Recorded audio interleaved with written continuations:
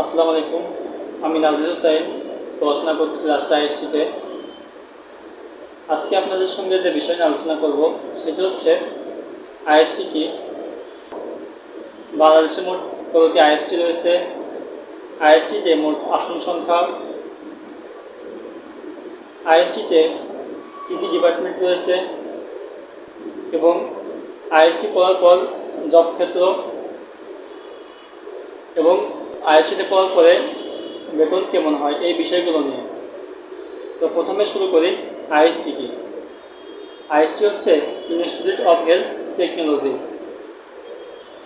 যেখানে স্বাস্থ্য খাতের বা চিকিৎসা খাতের বিভিন্ন টেকনোলজি নিয়ে পড়ানো হয়। আমরা যখন অসুস্থ হয়ে ডাক্তারের কাছে যাই চিকিৎসার জন্য, তখন আমাদের চিকিৎসা করে থাকে ডাক্তারেরা, ডাক্তার নার্স। আমরা যে ডাক্তারের কাছে যাই, ডাক্তারের কাছে যাওয়ার পরে আমাদের কী রোগ হয়েছে, আমাদের কী সমস্যা, এটি নির্ণয় করে কারা? এটি নির্ণয় করে হচ্ছে মেডিকেল টেকনোলজিস্ট। যেমন আমাদের রোগ নির্ণয় করা হয় রক্ত পরীক্ষা করে, ইউরিন পরীক্ষা করে, এক্সরে করে, সিটি স্ক্যান করে, বিভিন্ন রকম পরীক্ষার মাধ্যমে আমাদের রোগ নির্ণয় করা হয়। এই রোগ নির্ণয় করে থাকে হচ্ছে মেডিকেল টেকনোলজিস্টরা। আর এই মেডিকেল টেকনোলজিস্টের তৈরি করে হচ্ছে আইএসটি। আইএসটিতে পড়াশোনা করে একজন মেডিকেল টেকনোলজিস্ট তৈরি হয়। বাংলাদেশে মোট আইএসটি রয়েছে 23টি, এবং এই 23টি আইএসটিতে মোট আসন রয়েছে 3619টা।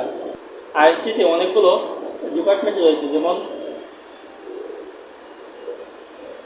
Laboratory medicine, radiology and imaging, pharmacy, dental, physiotherapy, radiotherapy, আইসিএ, OTA. এর পরে যে প্রশ্নটি ছিল সেটি হচ্ছে আইএসটিতে কর্মক্ষেত্র, অর্থাৎ পাস করে একজন আইএসসি স্টুডেন্ট কোন কোন ক্ষেত্রে জব করতে পারবে। একজন আইএসসি স্টুডেন্ট তার ডিপার্টমেন্ট অনুযায়ী বিভিন্ন জায়গায় কাজ করে থাকে।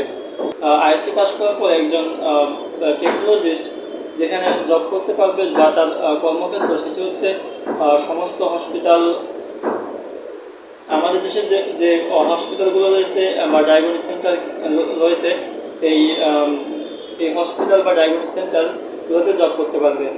মেডিকেল কলেজ হসপিটাল, উপজেলা হসপিটাল, জেলা হসপিটাল বা উপজেলা স্বাস্থ্য কমপ্লেক্স, ইউনিয়ন স্বাস্থ্য কেন্দ্রেতে একজন মেডিকেল টেকনোলজিস্টের জব হয়ে থাকে।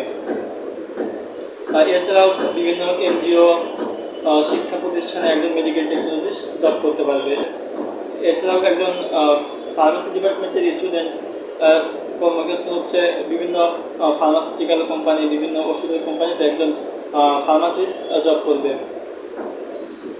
আরও একটি কথা বলে রাখি, সেটি হচ্ছে একজন ফিজিওথেরাপি ডিপার্টমেন্টের স্টুডেন্ট এবং ডেন্টাল ডিপার্টমেন্টের স্টুডেন্ট এই সমস্ত সেক্টরে জব করার পাশাপাশি তারা চাইলে নিজস্ব চেম্বার দিয়ে রোগী দেখতে পারবে এবং স্বাস্থ্যসেবা তারা নিজস্ব চেম্বারে রোগী দেখতে পারবে এবং নিজস্ব চেম্বার দিয়ে জীবিকা নির্বাহ করতে পারবে। সর্বশেষ একটি কোশ্চেন, সেটি হচ্ছে আইএসটিতে পাস করার পরে একজন মেডিকেল টেকনোলজিস্টের, একজন ফিজিওথেরাপিস্টের, ডেন্টালের একজন আইএসটিতে পাস করার পরে একজনের বেতন কেমন হয়ে থাকে। তো এই কথার এই বিষয়টা সহজে এই বিষয়টা উত্তরটা এমন হবে, সেটা হচ্ছে আইএসটি পাস করার পরে আইএসটি পাস করার পরে বেতন কেমন হয়ে থাকে। আইএসটি পাস করার পরে একজন মেডিকেল টেকনোলজিস্টের বেতন হয়ে থাকে 15, 18, 20, 25 হাজার থেকে একজন মেডিকেল টেকনোলজিস্টের বেতন শুরু হয়ে থাকে। তবে পরবর্তীতে তার অভিজ্ঞতার উপর ভিত্তি করে একজন মেডিকেল টেকনোলজিস্টের বেতন হয়ে থাকে 50-60 হাজার টাকা, 50 থেকে 60 হাজার টাকা পর্যন্ত একজন মেডিকেল টেকনোলজিস্টের বেতন হয়ে থাকে।